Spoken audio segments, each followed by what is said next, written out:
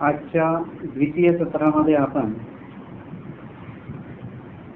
87 क्रमांकाचा दृष्टांत आणि तत्संदर्भातली उत्तरार्ध 108 क्रमांकाची आज चिंतन श्रवण त्यावर आपण करणार आहोत. कालच्या दृष्टांतामध्ये आपण बघितलं, पोळले चुने असे म्हणजे श्वाना संदर्भातला तो दृष्टांत होता. त्यामध्ये त्या श्वानास कुठल्याही ठिकाणी गेल्यानंतर सुद्धा, मग ते पाण्याचं ठिकाण असो, सावलीचं ठिकाण असो, एखादं थंड वातावरण असलेलं ठिकाण असो, परंतु त्या प्रत्येक ठिकाणी गेल्यानंतर सुद्धा त्याला जिथे पोळलेलं आहे, ज्या ठिकाणी अग्नीचा चटका त्याला लागलेला आहे, अशा ठिकाणी झालेला तो फोड किंवा ती जखम त्या अनेक ठिकाणी गेल्यानंतर सुद्धा त्याचं जे दुःख आहे, त्याचा जो पोळ आहे, तो काही शांत होत नाही. अखंड जळतूची असे असं स्वामींनी सांगितलेलं आहे. तसं ईश्वर विरह या पुरुषाने सुद्धा काय केलं पाहिजे? अखंड विरह दुःख असणं गरजेचं आहे. त्या संदर्भात आपण सिद्धांतामध्ये अर्थ पाहिलेला होता की ईश्वर विरही जो व्यक्ती आहे, जो साधक आहे, त्या साधकाला स्थान दर्शन वंदन केल्यानंतर सुद्धा सुख वाटतं, परंतु समाधान जे आहे म्हणजे विरह दुःख जे आहे, ते विरह दुःख त्याचं कायमच असतं. असं नाहीये की बाबा स्थानवंदन केलं की एखादं स्थान महास्थान वगैरे केलं, बेलापूर डोमेग्राम सारखं, म्हणजे त्याचं विरह दुःख संपलं, असं नसतं. असं असतं तर भटोबासांना जे काही दुःख होतं स्वामी गेल्यानंतरचं, ते तर बेलापूर किंवा डोमेग्रामच्या त्या स्थानवंदनामध्ये किंवा पूर्ण गंगातीर त्यांनी वंदन केलं, त्याच्यामध्ये त्यांचं ते विरह दुःख संपलं पाहिजे होतं. परंतु तसं झालं नाही. उलट अशा ठिकाणी गेल्यानंतर अजून विरहाचा जो उत्संबळा जो असतो तो अधिक प्रमाणामध्ये निर्माण होत असतो. आणि म्हणून ईश्वर विरही पुरुष जे आहेत त्यांना स्थानवंदन केल्याने सुद्धा त्यांचं विरह दुःख जात नाही. प्रसाद वंदन जरी केलं तरी त्यांचं ते विरह दुःख जे आहे ते कायमच राहतं. एखादे वासनिक भेटले, धर्मचर्चा झाली, एकमेका भेटल्या, हे भेटल्याचा पाठ जाई या वचनापर्यंतच जो काही अपेक्षित ईश्वराला जी भेट आहे आपली, तशी भेट झाल्यानंतर देखील त्या साधकाला विरह दुःख जे आहे ते विरह दुःख अखंड तसंच आहे. तेवढ्या त्या विधीपुरतं एक समाधान असतं की आपण अमकं स्थान वंदन केलं, अमका प्रसाद वंदन केला किंवा अमक्या वासनिकांना भेटलो, अधिकरणांना भेटलो, हे तेवढ्या पुरतं एक सुख आहे, सुखद भाग आहे तो. परंतु विरह दुःख जे आहे ते विरह दुःख कमी झालं नाही. म्हणजे एखादी व्यक्ती आहे, त्याला पैशाची आवश्यकता आहे, 1 लाख रुपये पाहिजे त्याला. आता जर का कोणी येऊन त्यांना 10 रुपये दिले तर 10 रुपये भेटल्याचं सुख आहे, परंतु किती बाकी आहेत अजून? 1 लाख वजा 10 रुपये किती रक्कम होते? तेवढं न भेटल्याचं दुःख कायम आहे. त्याला जर का तुम्ही 50,000 रुपये नेऊन दिले, 50,000 भेटल्याचं समाधान आहे, परंतु 50,000 अजून पाहिजे याचं दुःख परत कायमच आहे. म्हणजे मी मगाशी असं विचार करत होतो, असं म्हणजे चालता चालता, आणि डोक्यामध्ये आलं माझ्या की एखाद्या व्यक्तीला समजा काही प्रमोशन मिळालं नोकरीमध्ये, त्याचं अभिनंदन होतं, सगळं काही, तो पण खुश, सगळे खुश, आनंदी. परंतु जेव्हा त्याला हे प्रमोशन मिळतं तेव्हा त्याला असं असतं की आता मी परत काहीतरी एक्झाम देईल आणि परत मला पुढच्या पोस्टला जायचं. म्हणजे तो समाधानी आहे का? त्याचं ते दुःख परत निर्माण झालं. आता त्या जागेवर पोहोचण्याचं दुःख आहे, त्या जागेवर पोहोचला म्हणजे संपलं नाही. त्याला असं वाटतं मला मॅनेजरच्या पोस्टला जायचं. बरं त्या पोस्टला जरी पोहोचला तरी त्याचं दुःख कमी नाही झालं. तो म्हणतो मला मालक व्हायचं आहे. बरं मालक झाला तरी दुःख कमी नाहीये. मला एका कंपनीचं नाही, माझ्या सगळ्या जगभरामध्ये माझ्या कंपन्या, म्हणजे हे दुःख म्हणजे त्याला ते विरह आहेच आहे. तसं ईश्वर विरहित जो पुरुष आहे त्यांना जरी प्रसाद मिळाला तरी त्यांना असं वाटतं प्रसाद तर मिळाला, पण ज्यांनी हा प्रसाद दिला ते नाही भेटले. स्थानवंदन तर झालं, परंतु या ठिकाणी ज्यांनी लीळा केलेली ते नाही भेटले. ज्यांनी हा योग घडवून दिला त्या परमेश्वराची अजून भेटी झालेली नाहीये. हे विरह दुःख कायमच आहे. आणि म्हणून अखंड जळतूची असे म्हणजे कोण? श्वान. आता आपण त्या वचनाचा संबंध याला लावूया. स्वामी म्हणतात तुम्हा पतीवरी सुने सांग. जसं जेव्हा डांगरेशांनी प्राणत्याग केला, आपला समर्पित केला, त्याग करण्यापेक्षा तो ईश्वराच्या श्रीचरणी समर्पित केला, तेव्हा स्वामी म्हणतात तुमच्यापेक्षा तर हे श्वान चांगला आहे. म्हणजे येथीचा वियोग सावं सकेची. लगेच त्याचं प्रमाण आपल्याला स्वामींनी तर आपल्याला उदाहरण कसलं दिलं की श्वानाची जी प्रकृती आहे त्याची प्रकृती कशी, उष्णता त्याच्याकडे आहे. म्हणजे इतर प्राण्यांची नावं स्वामींनी नाही घेतली, श्वानाचंच काय घेतलं नाव, कारण की त्याची प्रकृतीच उष्णता जनक अशी आहे. ती उष्ण प्रकृतीचा तो प्राणी आहे आणि म्हणून त्याचं नाव घेतलेलं आहे. म्हणजे त्यांना तो जसा अखंड जळतूची असेल. आता हा संबंध आपल्याला प्रकृतीशी न जोडता त्यांच्या संस्काराशी जेव्हा जोडायचा आहे तेव्हा आपल्याला डांगरेश आठवतात की त्या ठिकाणी डांगरेशांना स्वामी सांगतात तुम्ही जा इथून. तेव्हा स्वामींचा तो विरह जो आहे तो काही ते सहन करू शकले नाही आणि त्यांनी आपलं प्राण समर्पित केला. आणि तेव्हा स्वामी म्हणतात की तुम्हापेक्षा हे सुने चांग आहे, येथीचा विरह सावणं सकेती. म्हणजे हे काय आहे, ते जो विरह आहे प्रकृतीजन्य जो काही भाग आहे, दोष आहे, तो आपण ईश्वराच्या ठिकाणी जर का तो उपयोगी नेला तर तो अधिक आपल्याला, आपण जर का भावनिक असतो, काही काही लोक खूप भावनिक असतात बरं, त्यांना जर का सांगितलं अहो तुम्ही विडा ठेवला पानं नाही ठेवली, आता दोष लागतो. मग ते लोक एवढे भावनिक होऊन जातात की त्यांना रडायला येऊन जातात अक्षरशः. म्हणजे अशा प्रकारे लोकांच्या भावनिकतेचा भरपूर गैरउपयोग घेतला जातो आणि ते भावनिक लोक जे असतात ते सुद्धा आपला गैरउपयोग करू देतात. ते सुद्धा त्यांना किती जरी का यथार्थ सांगितलं तरी ते यथार्थ कधी ऐकत नाही आणि ऐकलं तर त्यानुसार त्यांच्यामध्ये कधी बदल होत नाही. मग ही जी भावनिकता आहे याचा उपयोग झाला पाहिजे, गैरउपयोग नाही झाला पाहिजे. ती ईश्वराच्या ठिकाणी आपली लागली पाहिजे. मग जरी आम्ही पानं वाहू परंतु कोणाला द्यायची आहेत पानं? बाईसा ज्यांना पानं विडा करून देत होते ते कुठे आहेत समोर? ते पाहिजेत मला समोर. ते विरह दुःखाशी तुम्ही जोडले गेले पाहिजे. एरवी आपण विशेषांवर आणि स्थानांवर किती जरी पानं वाहिली तरी आपल्या नशिबाच्या पानावर श्री चक्रधर स्वामींची भेट जोपर्यंत लिहिल्या जात नाही तोपर्यंत या नागवेलीची पानं तोडून तोडून आणि त्या झाडांना जखमा करून करून तुम्हाला काय भेटणार आहे? विधी करिता अविधी.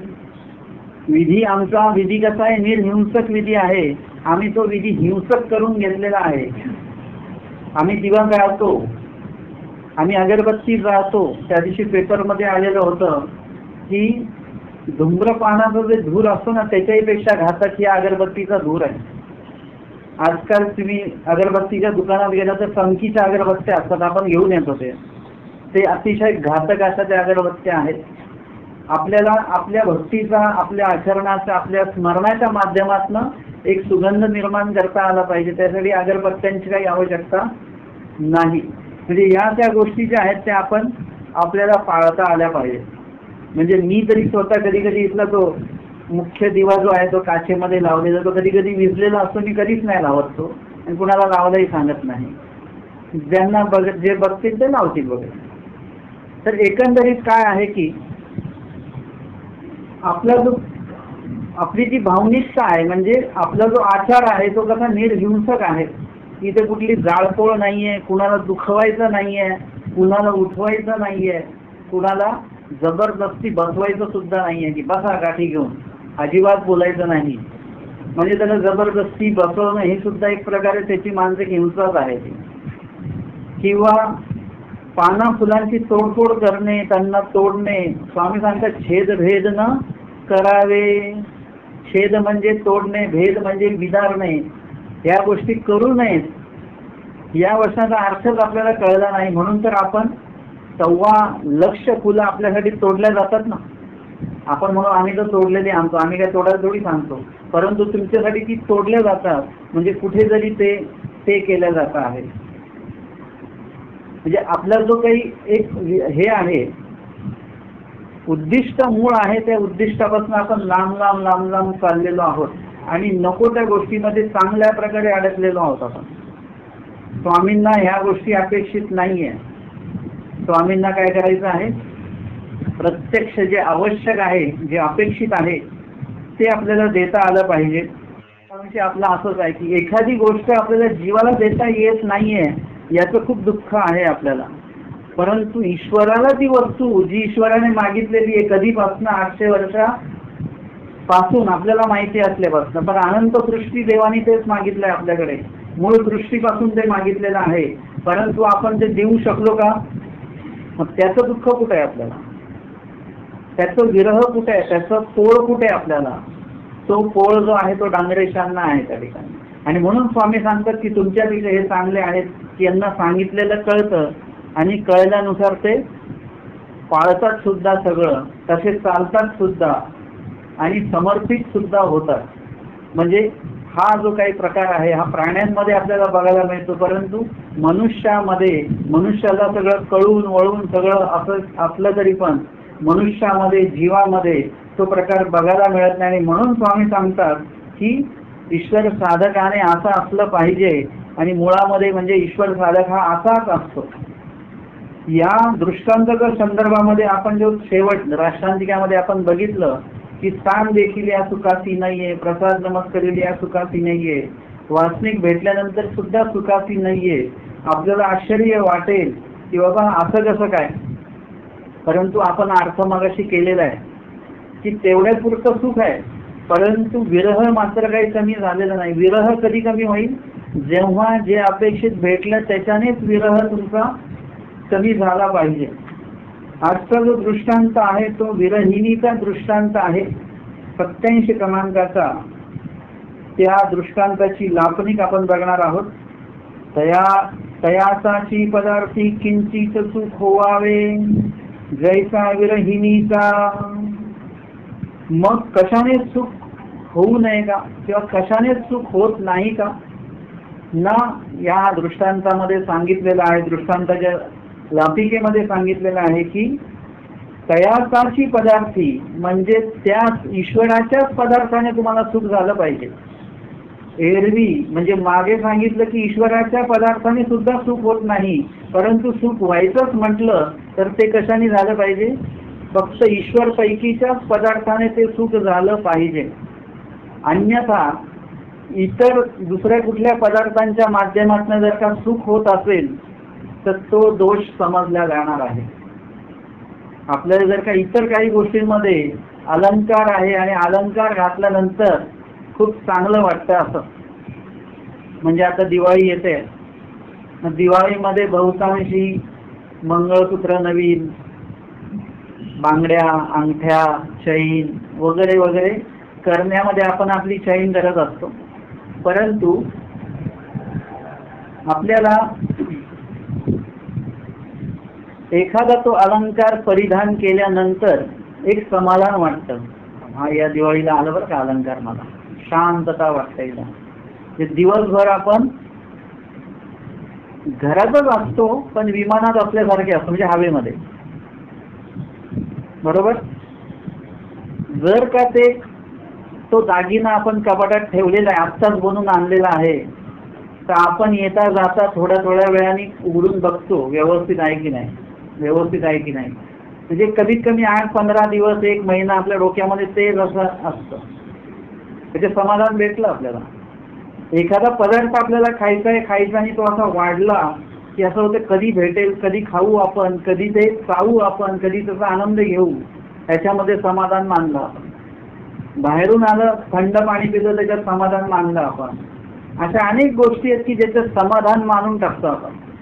स्टेशनला गेलो, अपेक्षित असलेली गाडी जर का आपल्याला भेटली, समाधान मानतो, बरं झालं गाडी भेटली, बरं झालं जागा भेटली, समाधान मानलेलं आहे. परंतु बरं झालं कुठे काहीच बरं नाही झालेलं आपल्याला. बरं काहीच झालेलं नाहीये आपल्याला. ईश्वर अजून भेटलेले नाहीयेत. हा जर का एक भाग तुमच्याकडे असेल सतत, तर मग तुमचं काही बरं झालेलं नाही हे तुम्हाला स्वतःलाच तुम्ही सांगाल की हे काय आहे.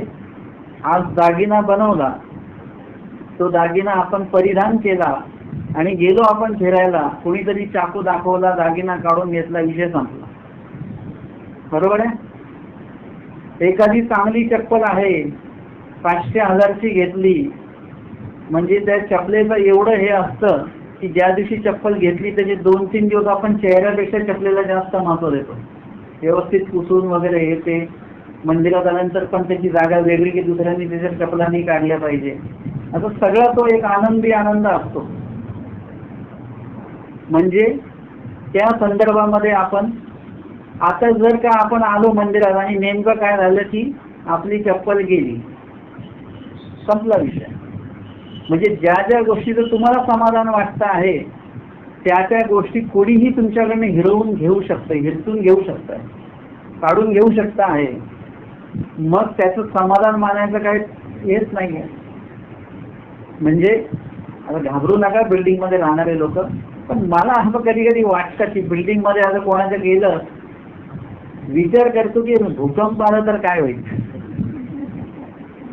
त्यातल्या त्यात जे काही जमिनीवर राहणारे लोक आहेत, चाळीत राहणारे लोक आहेत, तरी भूकंप आला तरी घर पडेल, पण त्यांची जागा ती तशी राहिली नाही. म्हणजे समाधान जो आहे, समाधान प्रकार आपण एखाद्या गोष्टीत मानलं की मग तिथे दोष सुरू होऊन जातो बरं का.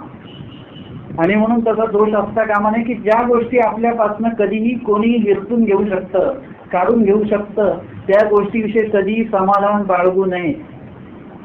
कोणी नवीन गाडी घेतली, अमक्या ठिकाणी गाडी लावली, दुसऱ्या दिवशी बघितलं गाडीच नाही, नेली कोणी, गाड्या मोठ्या मोठ्या गाड्या लोक घेऊन जातात, कसलं समाधान मानणार. परंतु जर का तुमच्या हृदयामध्ये परमेश्वर असेल, कोणाची ताकद आहे त्याला काढून घेण्याची? काढू शकतं कोणी? कोणीच काढू शकत नाही. फक्त तुमच्या हृदयामध्ये परमेश्वर असला पाहिजे बरं का. नंतर एकदा टीव्ही लागला की आपण सगळंच विसरतो. टीव्ही लागला की असं असतं की आसपास काय चालू आहे आपलं हे पण कळत नाही. प्रवासामध्ये लोक एकदा वाहनामध्ये जर का प्रवेश केला त्यांनी की ते मोबाईल काढतात आणि बघत राहतात, कोण कुठे काय बॉम्ब ठेवतंय का, कोण काय करतंय, कोण खिसे कापतंय, कोणाचंच कोणाकडे लक्ष नसतं. सगळेजण त्याच्यामध्ये अडकलेले असतात. म्हणजे हे काय आहे, अशा प्रकारची जी काही बंधनं आहेत, ती बंधनं काय होणार आहेत, आपल्याला कुठेतरी आपलं नुकसान करणार आहेत. आणि म्हणून या गोष्टींच्या संपर्कात आलो की आपोआपच देव आपल्या हृदयात निघून, कारण की अनेक तिकडे सामावल्या जातं, अनंत तुमचं विसरल्या जातं. म्हणून तसं होता कामा नये. तुमच्या समोर जरी टीव्ही असेल तरी टीव्ही बघता बघता तुम्ही स्मरण तुम्हाला करायचं आहे.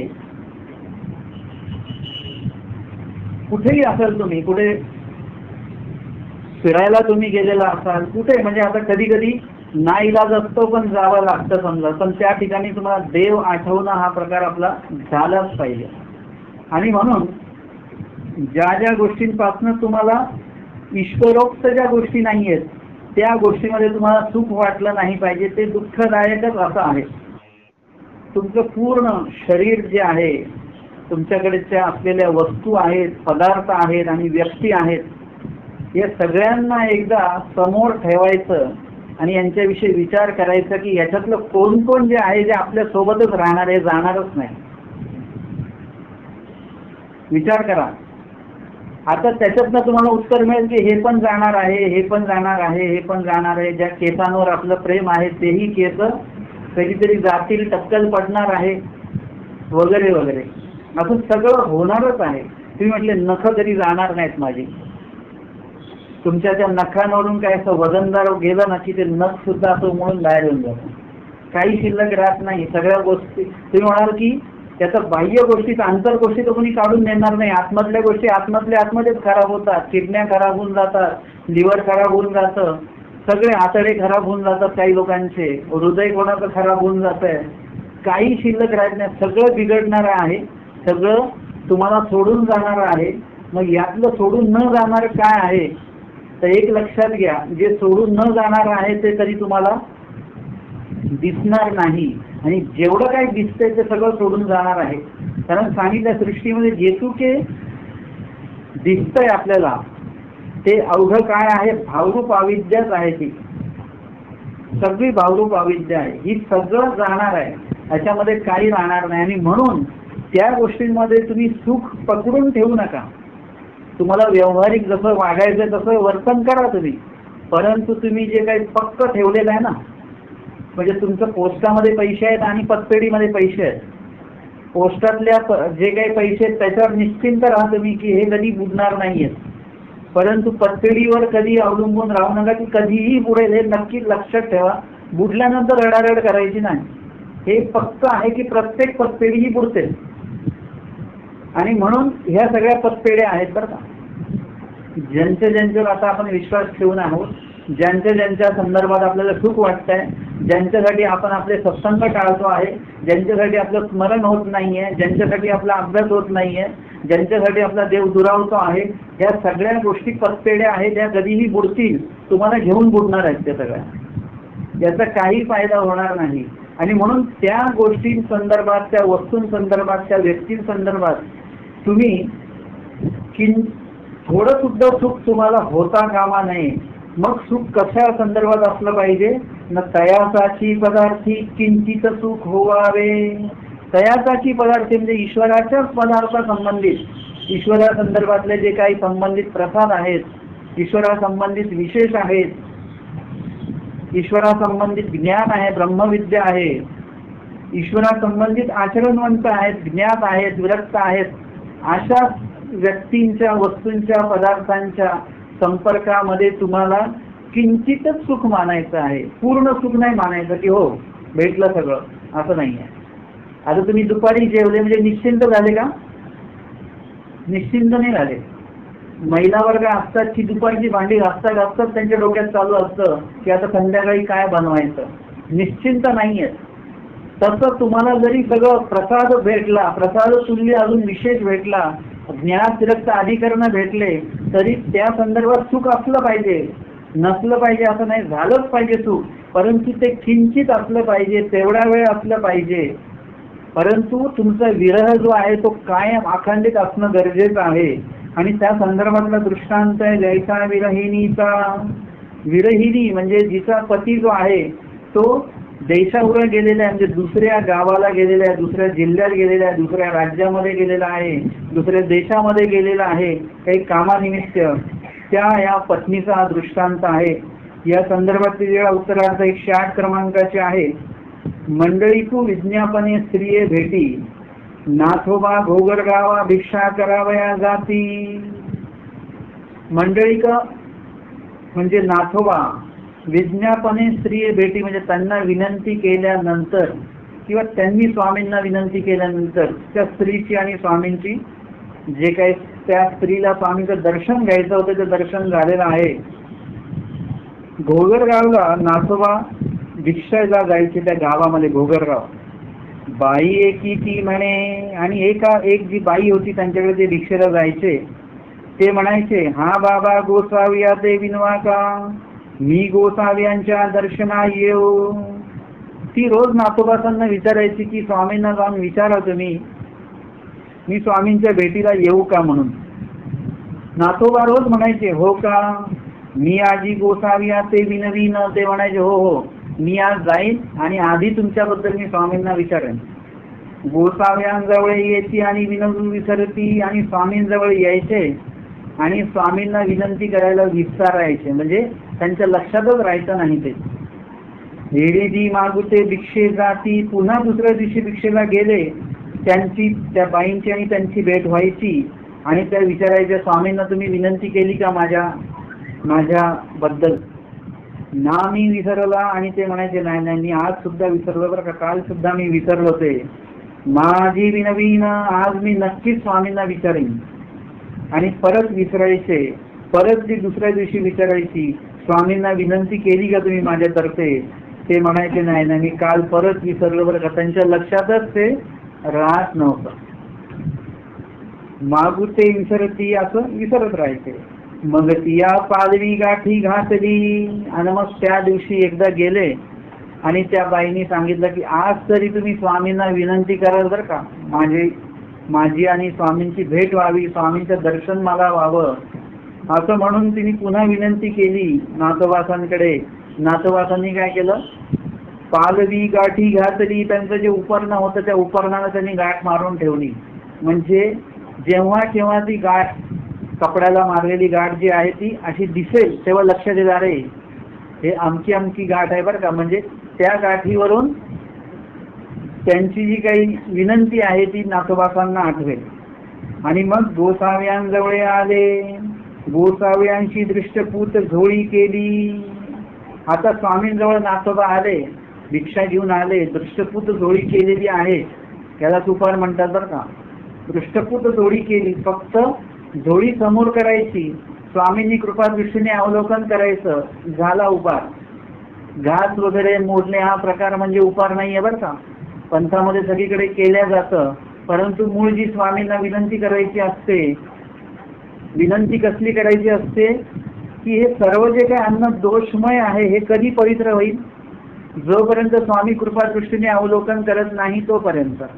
कृपादृष्टीने अवलोकन केलं की ते जे अन्न आहे, ती जी व्यक्ती आहे आणि ती जी दिशा आहे ती सगळं काय होणार आहे, पवित्र होणार आहे. म्हणजे अन्नाकडे जेव्हा पाहतील तेव्हा अन्न पवित्र होईल, प्राण्याकडे बघतील तर प्राण्याचा सुद्धा तो दोष जो आहे तो शांत होईल, मनुष्याकडे बघतील तेव्हा मनुष्य सुद्धा कसा होईल, सात्विक होईल, निर्दोष होईल. आणि एखाद्या दिशेकडे जेव्हा स्वामी पाहतात, 2 ग्रामला स्वामी सकाळी विहरणासाठी निघतात, महाद्वाराच्या इथे आल्यानंतर, बाहेर आल्यानंतर तिथे दिशा अवलोकी ती अमंगळा ती अमंगळा होती. म्हणजे दिशेमध्ये जे माणसांच्या कर्तृत्वामुळे जे अमंगळत्व आलेलं असेल ते कसं व्हायचं, मंगळ व्हायचं. म्हणजे आता समजा मंदिर पूर्ण कसं आहे, सात्विक आहे, निर्दोष आहे, परंतु तुम्ही 4-5 व्यक्तींनी बसून एखाद्या कोपऱ्यामध्ये बसले आणि तुम्ही तिथे अन्य वार्ता केली, कुणाची निंदा नालिस्ती केली, मग ती जागा कशी झाली. आता त्या जागेवर जर का दुसरे कोणी बसले स्मरणाला तर त्यांना स्मरण नाही आठवण, त्यांना निंदा आठवेल. ते म्हणते ना रोज तर माझं स्मरण होतं, आज असं काय होतंय.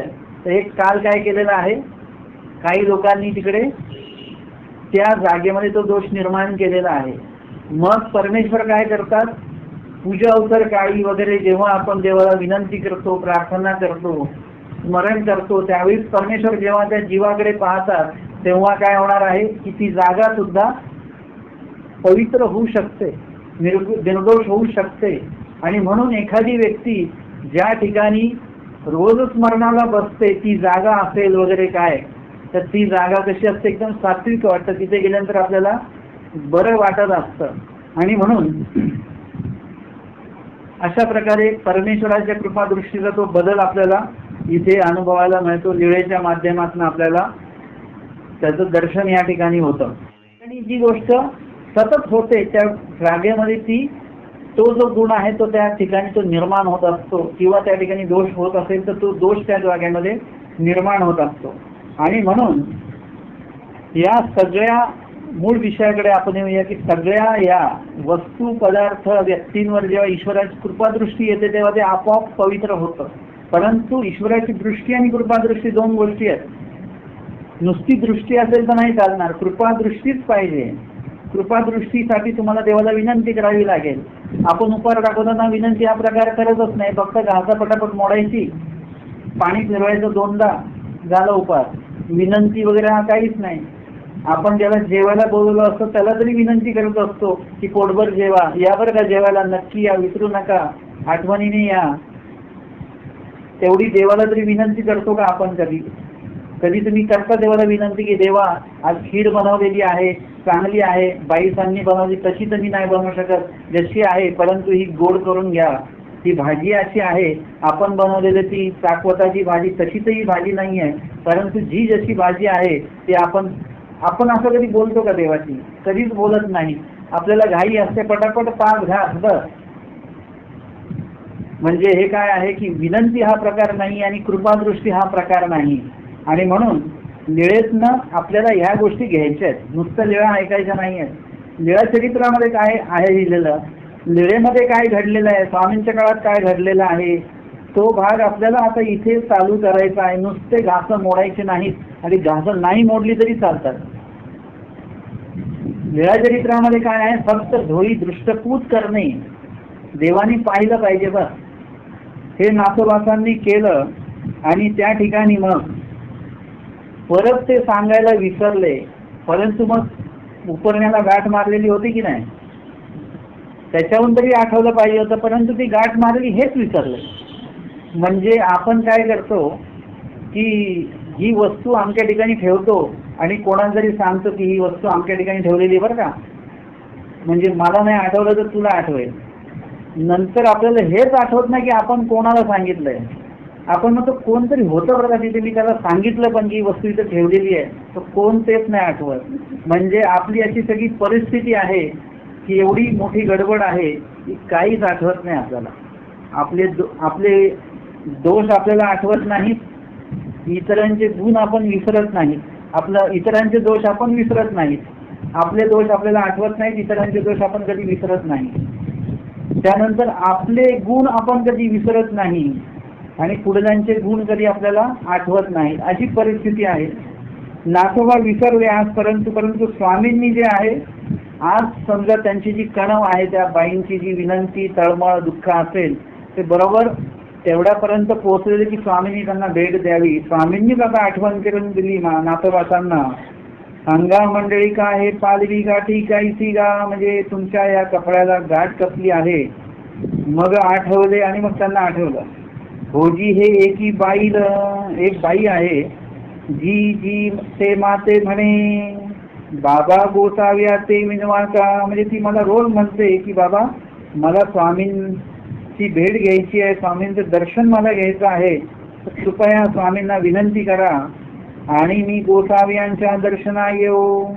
तेजी मी विसरे आणि स्वामींच्या भेटीला मी येतो, परंतु ते मी सांगायला परत विसरतो. मग आजी पालवी गाठी दिली. मग आज मी काय केलेलं आहे की कपड्यालाच गाठ मारली आणि आता मला आठवेल म्हणून. तो आजी विसरला तर आज सुद्धा मी ते विसरलो आणि गाठ मारली हे सुद्धा विसरलो. जी जी तरी जाओ ती येते बोलावो, तिला जाऊन बोलवू का स्वामींची आज्ञा असेल तर. स्वामी म्हणतात मंडळी का ते साच करावे लागेल. आता तुम्ही जो शब्द दिलेला आहे तो खरा करावा लागेल म्हणा. मग सर्वज्ञ म्हणितले जा. मग नाथोबा तयाचे बोलावून आले. नाथोबासांनी त्यांना बोलवायला गेले, बोलवून आले. तयाचे सिंह नारायणाची नृत्य कोणता उभे केले. सिंहनारायणाचं मंदिर आहे कुठे, कुठली लीळा चालू आहे. नाथोबा जात होते गोगरगावला दीक्षेला, म्हणजे स्वामींचा मुक्काम डोमेग्रामला आहे. डोमेग्रामला गुंफेच्या समोर सिंहनारायणाचा मठ आहे. त्याच्या मागे एक स्थान आहे, त्या स्थानाचं त्या ठिकाणची जी लीळा आहे, विषयानंद निरसन केलं आणि परमानंद त्या ठिकाणी प्रगट केलेला आहे, त्या स्थानाची लीळा आहे. आणि स्वामी त्या ठिकाणी उपस्थित झाले. त्या सिंहनारायणाचा जो नैऋत्य कोपरा आहे, त्या नैऋत्य कोपऱ्याच्या इथे आमचे स्वामी उपस्थित आहेत, उभे आहेत. आपण गोसाव्यांजवळे आले. मग गोसावी श्रीचरण उपानो घातलिया. मग गोसावी ती बाई ती बीजे करिता नाथोबा त्या खांदावरी श्री करू घालून बीजे करू आदरिले. आणि मग नाथोबा जे आहेत, नाथोबासांनी काय केलेलं आहे की त्या स्त्रीला बोलवलं आणि तिला त्या सिंहनारायणाचा जो कोणता आहे, तिथे स्वामी उभे नाहीयेत, त्या सिंहनारायणाच्या त्या कोपऱ्यावर या ही जी महिला आलेली होती त्या महिलेला उभं केलं तिकडे नाथोबासांनी, आणि मग स्वतः स्वामींजवळ आले. आणि मग गोसावी श्रीचरणी उपांनो घातली, आमच्या स्वामींनी श्रीचरणी उपांनो घातल्या. मग गोसावीची बाई या पासी बीजे करिता, आणि स्वामी तिकडे निघालेले आहेत त्यांना दर्शन देण्यासाठी. आणि नाथोबांच्या खांद्यावर स्वामींनी हात टाकलेला आहे आणि निघायला लागले. बाईसा म्हणतात, बाबा नाथ होते का नाही जात आहे, या ते राहावी जो ना, म्हणजे त्यांना कशाला नेताय, तुम्हीच जा फक्त. स्वामी म्हणतात, बाई मंडळी तू येथीचा आवेऊ की, येथ याचा काही निरोध असे. स्वामी म्हणतात, मंडळी म्हणजे नाथोबा हे आमचे कोण आहेत, अवयव आहेत. येथ याचा काही निरोध असे म्हणजे याचा काही आम्हाला काहीही त्रास नाही आणि काही अडचण नाही. आपले जे काय अवयव आहे, 2 हात आहे, पाय आहे, नाक डोळे कान वगैरे आहे, याचा आपल्याला कधी त्रास होतो का? आपल्याला असं वाटतं का गर्दीमध्येच होतं असं वाटतं हे हात खूपच बाहेर आहे तिकडे, हे नको पाहिजे, एक हात नको पाहिजे, प्रवासाला सोपं पडतं असं वाटतं कधी? की बघताना असं वाटतं की नाक मध्ये येत आहे, की डोळे खूपच वर झाले, थोडेसे अजून खाली पाहिजे होते, असं वाटतं का आपल्याला कधी? आपल्या कुठल्याच अवयवाचा आपल्याला काही त्रास होत नाही कधी. तसं नाथोबास म्हणजे स्वामींचं काय आहे, एक प्रकारे स्वामींनी किती मोठा सन्मान दिलेला आहे. सन्मान आहे नाथोबासांचा, की स्वामींचा अवयव आहे, की स्वामी जिथेही जातील तिथे नाथोबासांना स्वामी घेऊन जातील. एवढा मोठा जो काही स्वामींनी त्यांच्याविषयी जे काही उल्लेख केलेला आहे अत्यंत प्रशंसनीय आहे. आणि हे केवळ नाथोबासांविषयी स्वामी बोललेले आहेत. स्वामी म्हणतात की येथ याचा काही निरोध असे, तेथ बीजे गेले नाथोबा आरची राहिले. स्वामी तिथे गेले, नाथोबा थोडेसे मागे थांबले. गोसावी तयाचे हनवटीये धरिले, स्वामीने तिच्या हनवटीला पकडलं, असं हा स्पर्श केला श्रीकराने. नावेक होते आणि म्हटले बाई काही आती, म्हणजे स्वामींनी त्यांना विचारलं काय आहे, म्हणजे विचारपूस केली. ते म्हणतात निवालिये जी, चांगलं वाटतंय. मग पाठवणी दिलेली, म्हणजे स्वामींचे दर्शन घ्यायचं होतं. आज एवढ्या जवळून स्वामींचं दर्शन झालं आणि जे विरह अग्नी होता तो शांत झालेला आहे. आणि स्वामींनी त्यांना पाठवणी दिलेली. आणि मग गोसावी परत गुंफेकडे आलेले आहेत. मग नाथोबा ते म्हणे मंडळी का तुम्ही कांगा नाही याची, तुम्ही का थांबले, तुम्ही का पुढे नाही आला, तुमचा येत काही निरोध असे म्हणजे तुमचा काही त्रास नव्हता, तुम्ही येथचा अवयव की म्हणजे तुम्ही आमचे अवयवत आहात. मग गोसावी त्या पाठवणी देऊनी आले, स्वामी गुंफेकडे आलेले आहेत. बाईचा स्वामींना विचारतात, हे काही बाबा लवकरी बीजे केले, म्हणजे काही निरोपण वगैरे काही क्रियाविधी त्यांनी पूजन वगैरे असं काही झालं नाही, गेले आणि लगेच आले. स्वामी म्हणतात बाई विषयानंदू होता तो निवर्तला. विषयानंद होता म्हणजे त्यांच्या दर्शन घेण्याचा जो काही त्यांचं उद्दिष्ट आहे त्याच्यामध्ये दोष होता, तो निवर्तला म्हणजे तो निवृत्त केला. आणि परमानंदू प्रगटीला म्हणजे स्वामींनी स्पर्श केल्यानंतर ईश्वर पैकीचा जो आनंद असेल त्याच संदर्भात तिला ते आनंद दिलेला आहे, जेणेकरून त्यांचा जो दोषरूपी जो काही उद्दिष्ट आहे ते त्या ठिकाणी संपलेला आहे, नाश पावला, निवर्तला, परमेश्वराने तो काढून टाकलेला आहे. आपले पण ईश्वर भेटीमध्ये असे वेगवेगळे उद्दिष्ट असतात आपले, की एखादे कोणी जातात आहे स्थान वंदनाला, मग ते काही उगत जात नाही बरं का, काही लोक रिकामे नाही आहेत स्थान वंदनाला जायला. ते स्थान वंदनाला जातात म्हणजे काहीतरी उद्दिष्ट ठेवून जात असतात. परमेश्वर काय करतात, तिथे गेल्यानंतर त्या ठिकाणचं जे काही वातावरण असेल, तुम्ही लीळा वगैरे स्मरण वगैरे सगळं तुमचं चालू असेल तर आपोआपच काय होतं, तुमचं प्रापंचिक जो काही तुमचे विचार असतात, दोषरूपी तुमच्यामध्ये विचार असतात, ते कुठेतरी काय होतात आपोआपच निवृत्त होतात. तुम्हाला चांगलं वाटायला लागतं, ते घरच्यापेक्षा चांगलं वाटायला लागतं. म्हणजे तुमच्यातले जे काही दोषरूपी विचार आहेत त्याचं निवर्तन परमेश्वर त्या ठिकाणी करत असतात. आणि परमानंदू प्रकटला आपण म्हणतो 2 दिवस स्मरण केलं तर बरं वाटलं, म्हणजे त्या ठिकाणी स्मरणाचा जो आनंद आहे ईश्वर कृपादृष्टीने अवलोकन करतात आणि त्याच्यामुळे जो आनंद संचरतो तो जो आनंद आहे तो त्या ठिकाणी खूप महत्वाचा आहे. बाई ईश्वरी विषय प्रेम ते दुर्लभ. आणि स्वामी म्हणतात की ईश्वराविषयी म्हणजे परमेश्वरा संबंधित विषय प्रेम जे असतं, म्हणजे श्रीमूर्ती आवडणे, परमेश्वर आवडणे, हा जो काही प्रेमाचा जो प्रकार आहे तो अतिशय दुर्लभ आहे. म्हणजे प्रत्येकामध्ये हा नसतो. परमेश्वर पाहिजे म्हणजे पाहिजे. तुम्ही जर का मासोपवासिनी बघितली तर स्वामींनी काय केलेलं आहे, त्यांना तांबूळ प्रसाद दान दिलं आणि त्यांना स्थिती झाली. 12 वर्ष त्या स्थितीमध्ये ते होते. एक दिवशी काय झालं, ती स्थिती भंगली आणि भंगल्यानंतर ती रडायला लागली, दुःख करायला लागली. घरचे म्हणाले काय झालं? ते म्हणाले स्वामी कुठे गेले? ते म्हणे कोण स्वामी? कुठले स्वामी? 12 वर्षापासून आता जो चालू आहे तुझं. ते म्हणाले आत्ता स्वामी होते. म्हणजे स्वामींनी जी स्थिती दिलेली होती त्याच्यामध्ये अभागत्व दर्शन त्या ठिकाणी ठेवलेलं होतं. आणि आत्ता स्वामी एकाएकी दिसेनासे झाले, दिसत नाही आता तिला.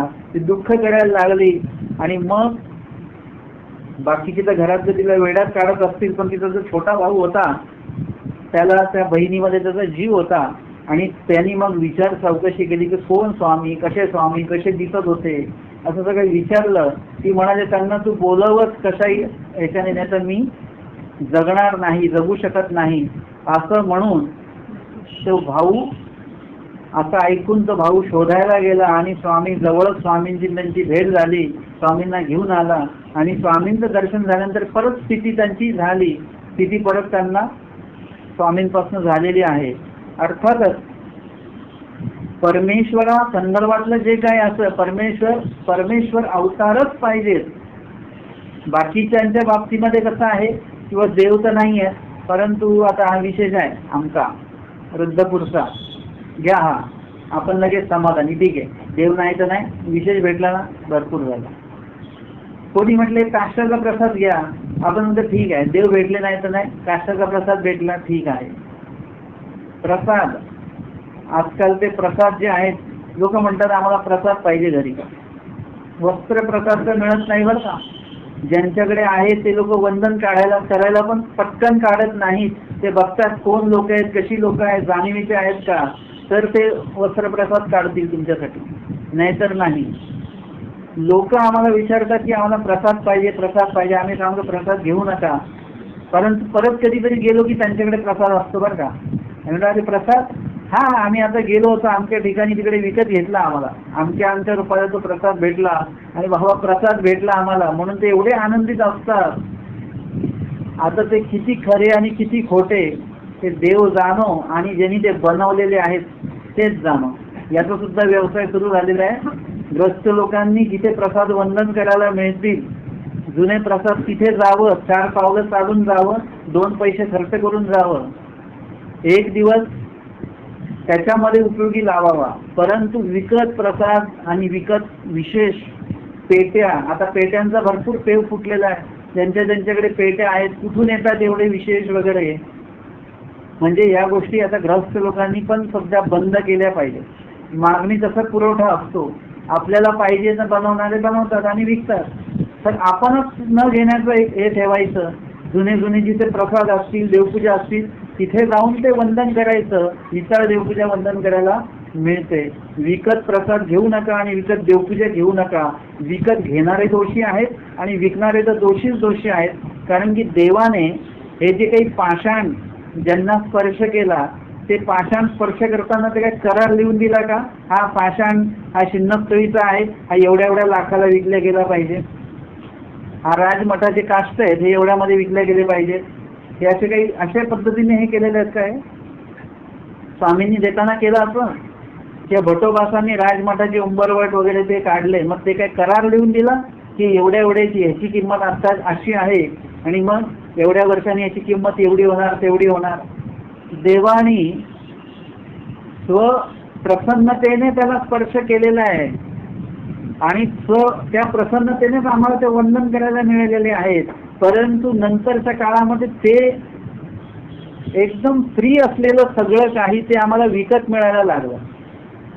जसं आत्ताच्या काळापर्यंत पाणी आम्हाला फुकट मिळायचं होतं, कुठेही जा पाणी फुकट मिळायचं. आता मिळतं का? आता हे पाणी विकत असतं का सांगा बरं? पाऊस जेव्हा पाणी पडतं पावसाचं ते काही विकत पडतं का? नाही पडत. आधीच्या काळामध्ये सुद्धा असं सगळं काय होतं, फुकट पाणी असायचं. तर आता काय झालेलं आहे की ते सगळ्या गोष्टी विकत मिळायला लागल्या, तसे विशेष आणि प्रसाद सुद्धा विकत मिळतात, ते घेऊ नका. म्हणजे आपलं मूळ उद्दिष्ट असं आहे की आपण ह्या गोष्टी भेटल्या की त्याच्यात आपण समाधानी होतो, आणि ईश्वर न भेटल्याचं असमाधान आपल्याला अजिबातच नाहीये. परंतु ईश्वरी विषय प्रेम ते दुर्लभ, ईश्वर भेटण्याचा संदर्भामधला जो काही विरह आहे, अशी विरह असलेली लोक दुर्लभ आहेत असं आमचे स्वामी बाईकांना सांगतात. स्वामी पुढे म्हणतात, बाई कवणी एकी विरहिणी असे, म्हणजे कुणी एक विरहिणी आहे म्हणजे जिचा पती दूर गेलेला आहे. तिचा पती देशाउरा जाय, दुसऱ्या देशामध्ये राज्यामध्ये तो व्यापाराच्या निमित्ताने नोकरीच्या निमित्ताने गेलेला आहे. मग ती येसी आणि के काहीचे नाही सुखासी नाहीये. तिला इतर कुठल्या गोष्टी जर का दाखवल्या, तेव्हा आता गावामध्ये नाटक आहे, गावामध्ये आमचा आमचा टमका आहे, जत्रा आहे, आमचा आहे, तर तिला त्याच्याने सुख वाटत नाही. तयाचे अंगी टोपरे पुढवाटो वाका, तयाची ठावणी कवणी तेने सुखासी ये. परंतु जर का पतीचे जर का काही कपडे वगैरे तिने पाहिले, पुढं वाटवा म्हणजे तिचं काही साहित्य तिने जर का बघितलं की ही वस्तू ही त्यांची आहे, हा अलंकार माझ्या पतीचा आहे, किंवा तयाची ठावणी म्हणजे तो ज्या राज्यामध्ये नोकरी निमित्ताने गेलेला आहे तिकडून जर का कोणी आलं आणि त्याचा मग निरोप येतो. आधीच्या काळात जेव्हा फोन नव्हते ना, तेव्हा याचं महत्व होतं, पण आता तसं काही नाहीये.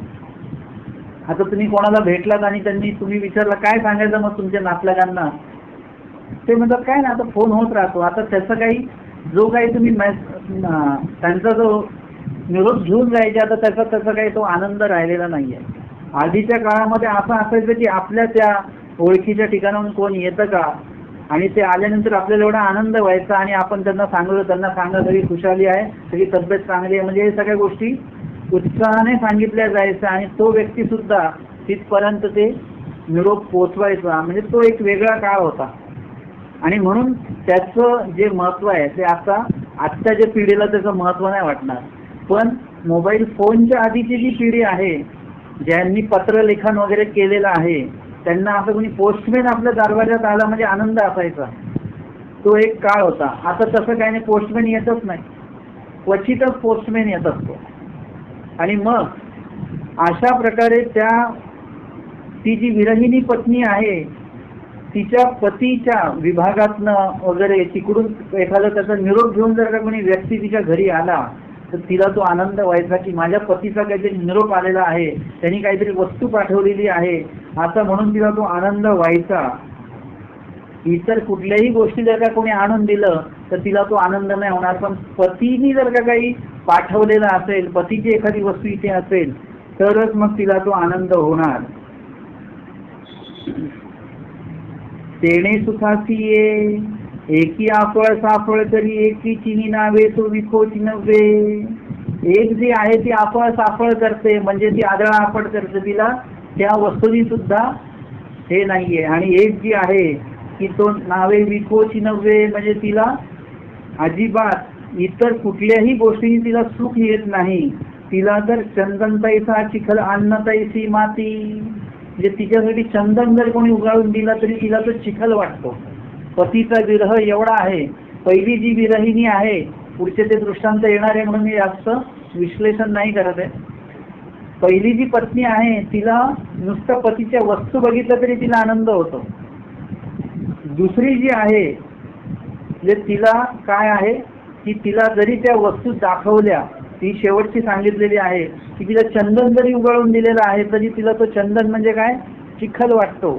अन्न जर का तिला दिलं तर तिला असं वाटतं माती आहे. म्हणजे पतीशिवाय कुठल्याच याच्यामध्ये तिला तो जे आनंद असला पाहिजे, समाधान असलं पाहिजे, ते नाही. ते विरह आहे, ते दुःख आहे तिच्या मनामध्ये. यावरी नाथोबाई म्हटले जी निया बाईलेचे या घरा मीच भिक्षे जाये, म्हणजे यांच्याकडे मी वरचेवर भिक्षेला जातो. तर येतावरे तू माझं बरवी भिक्षा घालवी. हिचा जो पती आहे तो सांगतो की बाबा यांना चांगली भिक्षा द्या, व्यवस्थित भिक्षा द्या. त्याची मी काही बरवे बोले, आणि मी सुद्धा व्यावहारिक बोलणं जे असतं ते चांगलं त्यांचं बोलणं असतं. नाथोबा सुद्धा व्यवस्थित बोलतात त्यांच्याशी. निरोपण करी आणि काही चुकलं मागलं असेल त्यांचं किंवा काही याच्यावर थोडंसं काही त्यांना 2 गोष्टी निरूपण करतो. जया तया जे मागिजे ते दे. आणि मग त्यांना जर का कसली काही पदार्थाची अडचण असेल मला आणि मी शब्द टाकला की लगेच तो पदार्थ ते मला देतात. परी उचित काळी ने दी. देतात पण कधी देतात? उचित काळी ने दी म्हणजे ज्यावेळी जी वस्तू पाहिजे असते ती त्याच वेळी ती दिल्या गेली पाहिजे. नाहीतर आज आपण म्हणतो मला 10 रुपये द्या, आपण म्हणून थोडं थांबा 1 महिना 10,000 रुपये देईन. आपण आता रिक्षावाल्याला द्यायलेत ना 10 रुपये. 1 महिन्यानी तुमचे 10,000 रुपये करायचे काय? आत्ता आपल्याला ते द्यायचे आहे. एखाद्या व्यक्तीने औषध मागितलेलं आहे आत्ता, आपण म्हणून थोडासा पगार होऊ द्या आमचा मग तुम्हाला देऊ. अरे पण त्याला आत्ता पाहिजे ना. उचित काळी ने दी. बहुतांशी वेळा आपल्याकडनं असं होतं की कोणी आपल्याकडे काय मागितलं, वस्तू समोर असते पण आपल्याला उचित वेळी ती वस्तू दिसतच नाही. समोर असते पण दिसत नाही. कदाचित आपल्या घरामध्ये ती ठेवलेली आहे कुठेतरी पण ती भेटतच नाही कुठे ठेवलेली आहे. उचित काळी न भेटी. हे मी माझं लावतोय बरं का. उचित काळी दिसतच नाही, उचित काळी एखादी वस्तू भेटतच नाही. उचित काळी दिसते पण, उचित काळी भेटते पण, उचित काळी आपल्याकडनं ती वस्तू दिल्या गेली पाहिजे त्या व्यक्तीला, ती दिल्या जात नाही. जेवण झाल्यानंतर आठवतं पापड वाढलंच नाही. म्हणजे उचित काळी ने दी म्हणजे उचित काळी ते दिल्या जात नाही आपल्याकडनं ही वस्तू. हे काय आहे? आपल्याला उचित काळी उचित कार्य करण्याची सवय नसल्यामुळे आपण चाल ढकल करत असतो ना, उद्या करू, नंतर करू, परवा करू, नको करू, दुसऱ्याला करू द्या, आपल्याला काय घेणं पडलंय. या सगळे दोष जे आहेत हे कुठेतरी उद्भवतात. त्याचा कुठे ना कुठे तुम्हाला हिशोब करायचा आहे. हिशोब तुम्हाला करायचाच आहे याचा. आणि म्हणून काय होणार? उचित काळी ने दी म्हणजे त्यांना आत्ता पाहिजे आहे परंतु आत्ता देणं नाही. काही लोक काय करतात? मुद्दामून करतात बरं का. काही लोकांना पुरतच नाही, पण काही लोक म्हणतात थोडं थांबा, अजून काम आहे थोडंसं, नंतर मग सकाळी मागितली ना काय नाही द्यायची, संध्याकाळी देऊया. मग त्यांना असं वाटतं की मागितलं की लगेच भेटतं यांच्याकडनं, मग ते मागतच राहतील आपल्याकडे. म्हणून आपण आता नाही द्यायचे, बघूया कोण देतं का आणि मग आपण देऊया. म्हणजे उचित काळी ने दी. आणि मग सगळं झाल्यानंतर मग यायचं की मग माझ्याकडनं काही, आम्ही म्हणतो नाही आता सगळं संपलेलं आहे. म्हणजे उचित काळ निघून गेलेला आहे. नेहमी उचित जे आहे त्या उचितत्वाच्या संपर्कात नेहमी राहा. उचित काळ, उचित वेळ याचं सगळ्यांचं गणित जे आहे ते कधी बिघडू देऊ नका. एकदा एक वेळ निघून गेली की ती परत कधी येत नाही, एवढी गोष्ट लक्षात ठेवा. आणि म्हणून स्वामींच्या काळामध्ये जे काही जे आहेत की जे प्राप्ती त्यांची नक्की आहे, भटोबा माहीम भट्ट वगैरे यांनी ती उचित वेळ साधलेली आहे. दादोस होते, सारंग पंडित होते, दायनबा होते, असे जे काही लोक आहेत त्यांना ती उचित वेळ आलेली होती परंतु त्यांनी ती उचित वेळ जी आहे ती पाळली नाही. उचित वेळी जे दिलं गेलं पाहिजे ते दिलं गेलं नाही. आणि सगळ्यात म्हणजे असे 2-3 व्यक्ती आहेत जसं डांगरेश आहेत, उचित वेळी दिल्या गेलं. जर का त्यावेळेस ते दिलं गेलं नसतं तर मग पुढे त्यांचं जे काही चालणार आहे संस्कार तो थोडा कमी वेगाने चालला असता. या कार्यामुळे त्यांचं उचित, स्वामी सांग आता मरा तरी सांग म्हणजे आत्ताच मरा आणि असताना, ते त्यांनी साधलं ना, उचित वेळी देता आलं त्यांना. त्याच्यानंतर अजून विशेषतः म्हणजे निळभट्ट भांडारेकरांची. स्वामी म्हणतात काळवंचना का करा ना. ते म्हणाले की नाही असं परत वेळ येईल का? स्वामी म्हणतात नाही. मग हीच उचित वेळ आहे. आता आपल्याला असं वाटतं की मृत्यूचा जो वेळ आहे तो अनुचित आहे, अशुभ काळ आहे असं आपल्याला वाटतं. परंतु ही पहिली व्यक्ती असेल ना निळभट्ट भांडारेकर की ज्यांना मृत्यू ही शुभ वेळ वाटली, उचित वेळ वाटली, उचित वेळी आलेली वाटली की वा मृत्यू सुद्धा कुठल्या चांगल्या क्षणी आलेला आहे. ही स्वामींची जाणू आहे आणि स्वामींचा श्रीमुख आहे. अशा दोन्ही गोष्टींचा योग आहे. असा योग अख्ख्या जगचरित्रात कोणालाच नाही आलेला आहे.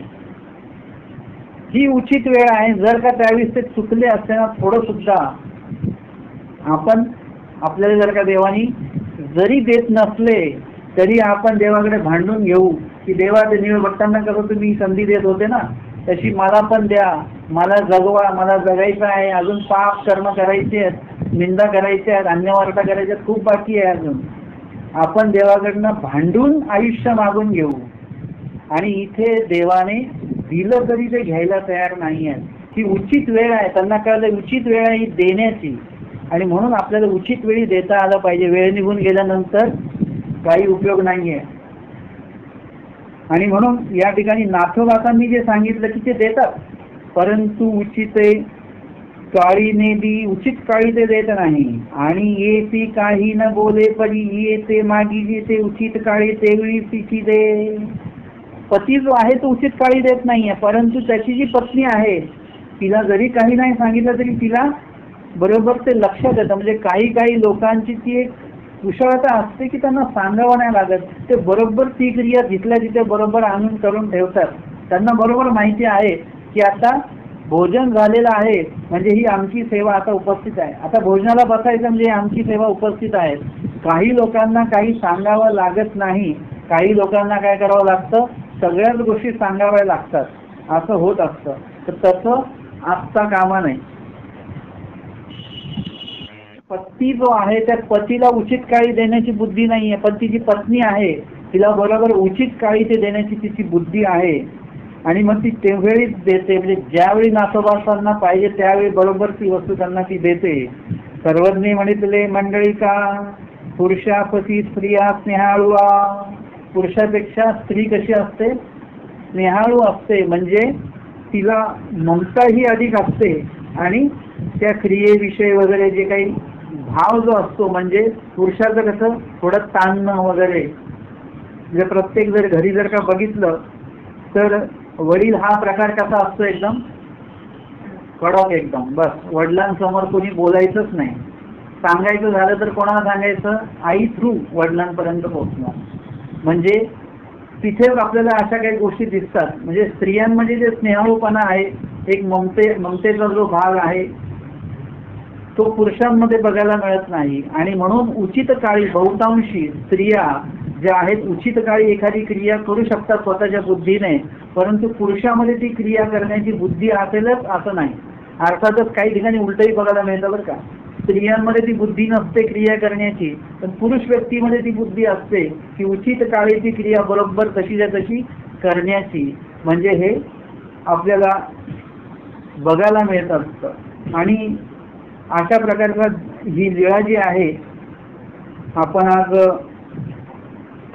86 क्रमांकाचा दृष्टांत कालच्या दिवशी आपला झाला, आणि हा 87 क्रमांकाच्या दृष्टांताची जैसा विरहिणीचा या दृष्टांताचं संदर्भातलं आपण जे काही लीळा पाहिली प्रकरण वशाची, त्या लीळेच्या माध्यमातून आपल्याला पूर्णपणे लक्षात आलं की स्वामींनी या दृष्टांत नाथोबासांना का सांगितला. या दृष्टांताचं जे द्राक्षांतिक म्हणजे सिद्धांत आहे तो आहे, तैसे परमेश्वर वियोगे विरहिया पुरुषासी आणि के काही ते नाही सुखासी नाहीये. तो तशा संदर्भातला आहे की परमेश्वर वियोगी जो पुरुष आहे त्याला कशाने सुख येत नाही. स्थान प्रसाद वासनिक भिक्षू शास्त्र तेने सुखासी ये. मग कशानेच येत नाही का, न एखादा पुरुष, म्हणजे असे 3 विरहिणी आहेत, म्हणजे 3 भेद सांगितले पुरुषांचे. एक भेद असा आहे की त्यांना कुठल्याच ठिकाणी सुखासी नाही, जसा पोळल्या तुम्ही असा.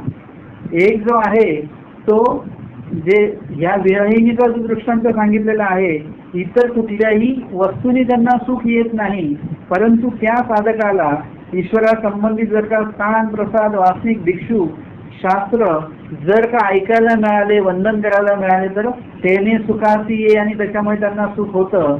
आणि ते काही ते नाहीये, आणि इतर कुठल्याही वस्तू व्यक्ती आणि पदार्थांमुळे त्यांना सुख येत नाही.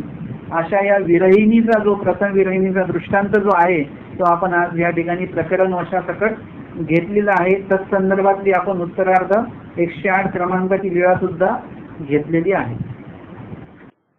दंडवत हो.